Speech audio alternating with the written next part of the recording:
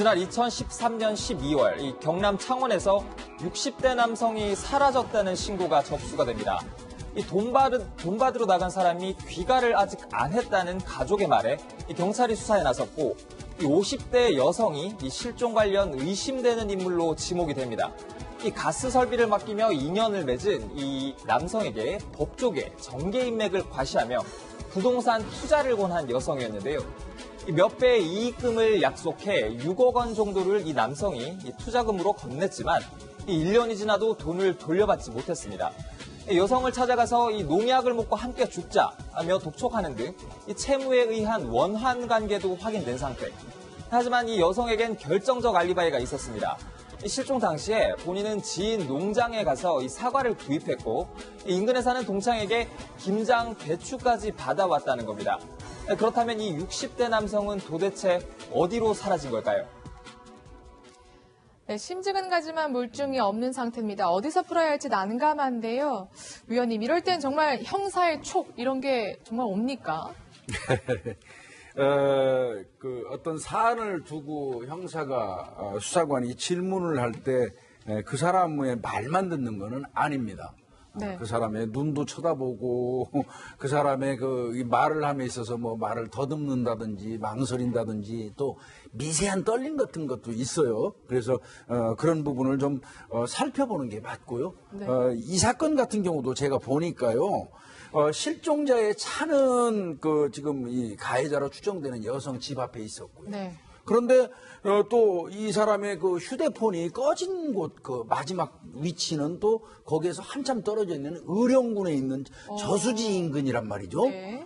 그러니까 이거는 뭔가 앞뒤가 맞지 않기 때문에 경찰 입장에서는 이건 범죄하고 연관이 있다고 판단을 해서 아마 그 수사팀을 편성한 걸로 보입니다. 그렇군요. 그래서 경찰이 휴대전화 위치가 확인된 저수지 인근에 수색했지만 실종자를 찾을 수가 없었습니다. 그래서 통화 목록을 확인해 봤더니 실종 당일에 한 50대 여성과 통화를 했다고요. 근데 그 여성은 이제 본인은 이 사실하고 전혀 상관이 없다, 모른다 이렇게 발뺌을 했었고요. 네. 그리고 이제 그 동생이 있는데 그 동생까지 우리 누나하고 같이 나는 거창이라고 하는 곳을 다녀왔다 이렇게 얘기를 했습니다.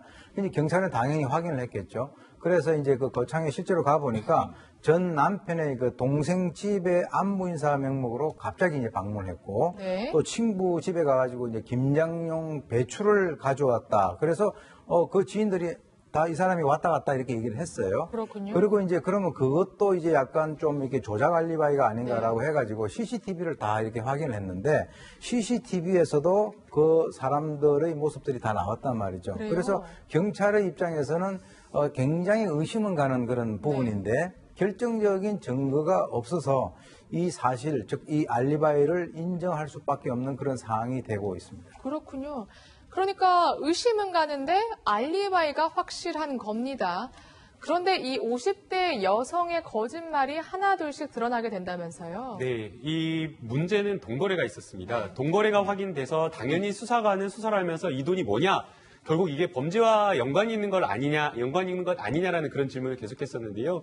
이 50대 이 피고인 같은 경우에는 피해자에게 돈을 빌렸는데 투자를 마치 잘 될 것처럼 해서 빌렸다고 네. 합니다.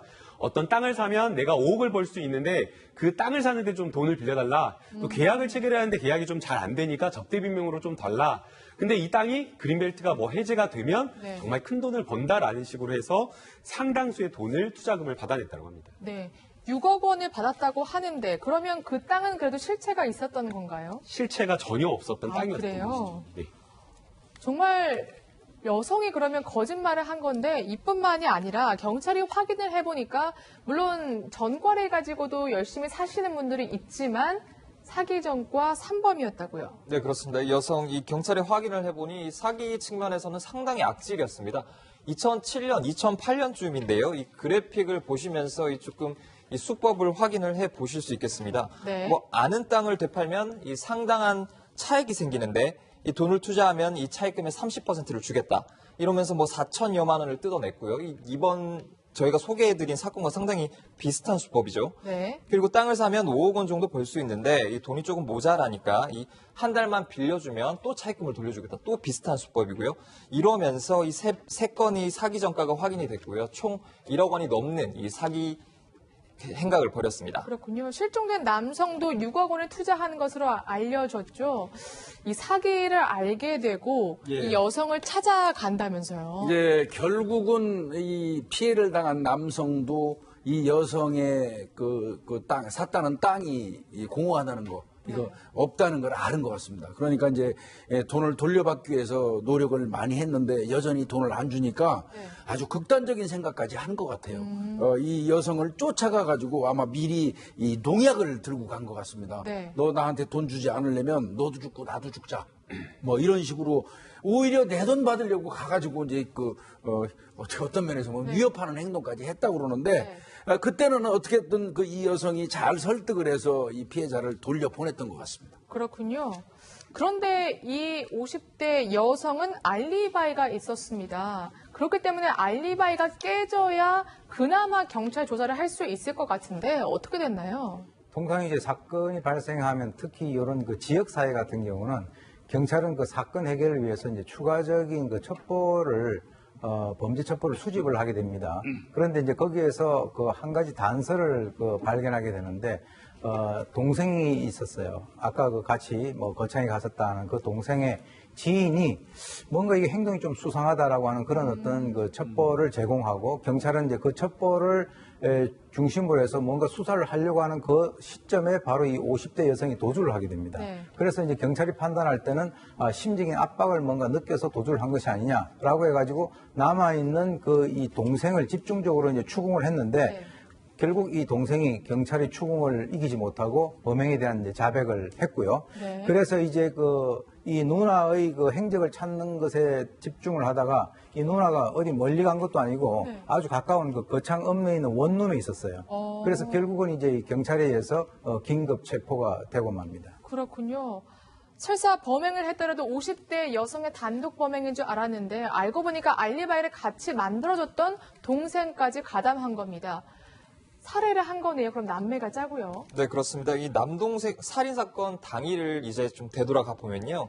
이 남동생과 함께 있던 누나가 이 피해자에게 전화를 겁니다. 이 점심을 함께 먹자는 구실이었는데요.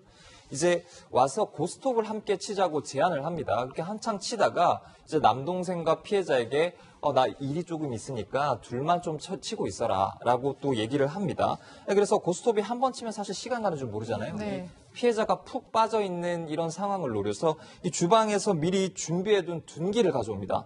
그래서 이 피해자의 머리를 마구 내려쳤고요. 그래서 이제 결국 숨지자 남동생과 함께 이 시신을 이 비닐로 싼 다음에 이 경남 거창의 한 야산에 유기를 했습니다. 그렇군요.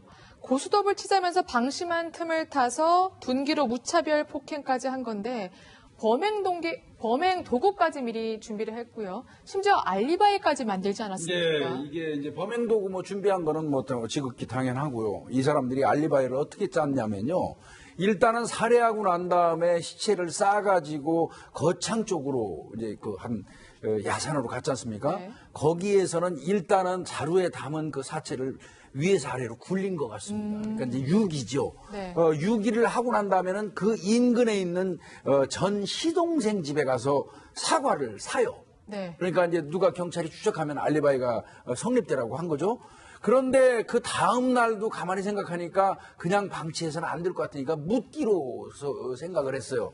그러면 묻으러 갈 때도 또 이 동선이 나와야 되니까 그때는 유기장소에 가서 묻은 이후에 그 인근에 있는 이 동창생네 집에 가가지고 김장배추를 또 받아가지고 옵니다.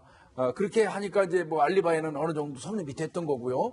그리고 그때 범행에 사용했던 둔기는 그 마을 그 국도변에 있는 개울가에다 좀 버리고요.